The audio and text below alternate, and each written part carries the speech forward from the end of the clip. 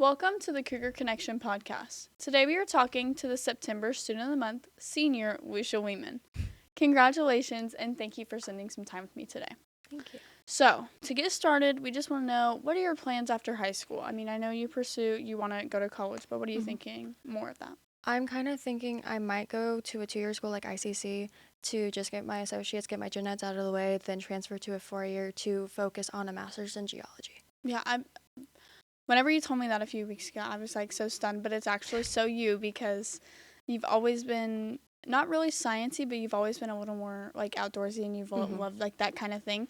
But tell me what like made you want to pursue geology? It goes back to 7th grade when we were doing the earth science unit and we learned about Mount St. Helens eruption in the 80s. And I just liked the way that scientists went in, jumped in, saved the environment and everything, which kind of leads me more to volcanology that I would more want to do. Oh, okay. That's really cool though. So it doesn't necessarily have to be a science teacher or anything. I just want to know what teacher has impacted you the most at Awana Central, and it could be throughout any of your years here. It could be high school, middle school, or grade school, because I know you've been here for everything. Miss Gronwald. Yes. For sure. I've had a lot of personal growth in math, and math is a major part of science, so it just goes hand in hand. Yeah. Miss Gronwald's always someone you can lean on to. She's a good teacher, but you could always lean on her as well. So she also lets you know when you're in the wrong. Yeah, she tells you. And I really like that too, because I like being told when I'm wrong. I do too. But with that being said, how have you changed over the past 4 years? Because I remember freshman year Lucia, and I know I have changed a lot over the past 4 years, but tell me how you think you've changed a lot. I've opened up a lot more. Yes, I'm more agree. vocal about my own opinion, and I just feel more confident in stating how I feel in certain situations and just being present in clubs, activities, and making sure my input's there. I completely agree with that. You have found your voice over these past 4 years, and it's like incredible to. Sometimes I'm still in shock whenever you voice your opinion so much. I'm like, whoa, Lucia's doing this, but then I'm like, it's Lucia. She's changed. She's got a voice now, and she can speak up for herself. And I'm really like excited for you that you have that, because middle school Lucia would never stand up for herself ever. But over these past 4 years, you've changed so much, but also, like, our school has changed so much. So what makes you proud to be from Atlanta Central? The older that our class gets, the more together we are, especially with homecoming week, because middle school we didn't really have anything like that.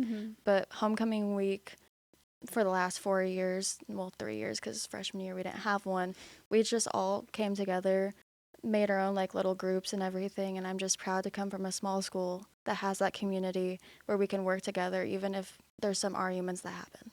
Yes, the community here is incredible. I mean, I love it. I would never go anywhere else, honestly. I'm scared to go to college. I am too. How has Atlanta Central shaped you into that person? Because you've changed. I mean, it's such a small community, so I feel like you have to know a lot of people to, be able to move around and everything. But I mean, I know it's shaped me a lot, but tell me how it's shaped you. I really like a small environment. So I most definitely know when I go to a college, I don't want to go to like a 10K person school. I need to go to a small college. Yeah. It's just, if I don't go somewhere without a community, I know I won't do well. I need those connections with those people. I need those like small town shops and just the community. Yeah. We need those boutiques to go shop at. For real. Okay. This one's a little bit lighthearted, a little bit, but I'm kind of a nerd for superheroes, okay? Just, you know this. We can nerd out together. So what would be your superpower? Teleportation. You had that before I even finished the rest of the question. Why? I hate being late, and I know there's a lot of times where I am late, and if I could just teleport, because I forget something up in my room and it's upstairs, but I'm already in my car and I have to go get it, like my phone charger, and I'm on my way to work or something. If I could just teleport there, get it, and then teleport back into my car like I was never left, that would be a miracle. So, tell me the funniest moment that's happened in high school. And I struggle with this question a lot whenever I'm thinking about it. So I know you probably did. Honestly, I can't think of one.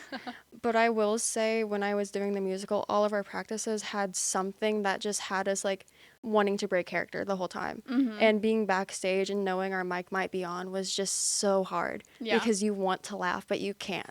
And you can't even like cover your mouth because you might hit the mic, and what if it's on? Then like the audience will hear it. So most definitely the musical, because Eli and Vicente's character, when they would have their dialogue going back and forth, was hilarious. So, with the funniest moment, what's the most embarrassing moment? I actually ended up thinking one for this. Because we were talking about this, you had no idea, and I don't know. I have no idea either. So I think it was during freshman year. Okay. It was health class, and the teacher, when he was making attendance and everything, he said my name, Lucia. I had never corrected him the whole semester at all. Nancy and Eli did at the end of the year, and I'm just like, I was just gonna let it happen. I was used to it. It was just embarrassing, the fact I never did.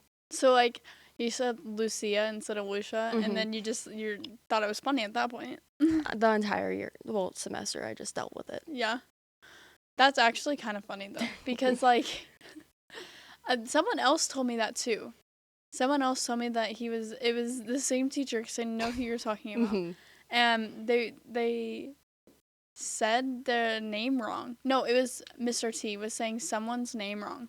Lana. And for the longest time, like all 3 years, had no idea. And then this year, someone ruined it for her. She was going to go all 4 years of high school with him not knowing how to say her name. Like, never had said it before. It's Crazy. actually so funny. Okay. This is honestly my favorite question to ask, because I'm a big pet peeve person. I have many. So just tell me, I'm sure you have a few. Just tell me a few of yours, because I'm very curious about these kinds of things. I hate hearing people brush their teeth. Oh, you told me that. I can't. It makes me feel sick. And it's... That's the weirdest one I've heard. That is the absolute weirdest one I've heard. Yeah, that's my main one. I can't. Like, by all means, be hygienic. Take care of yourself. I just... don't let me hear it. But why? Like, is it like the noise of like the bristles on the teeth? Yes, it just makes me like itch. Like, so what about when you brush your teeth? Oh, I'm fine. If I do it, it's fine. It's fine if you do it, but everyone else, no. I can't hear the like bristles on the teeth like when they're just brushing. That's a weird one. Kind of, I don't know. Maybe I'll think about it more often. Okay, Lucia, once again, congratulations on your accomplishment, and thank you for taking the time to sit down with me today. Thank you. Make sure to look out for the next Cougar Connection podcast, coming soon to you.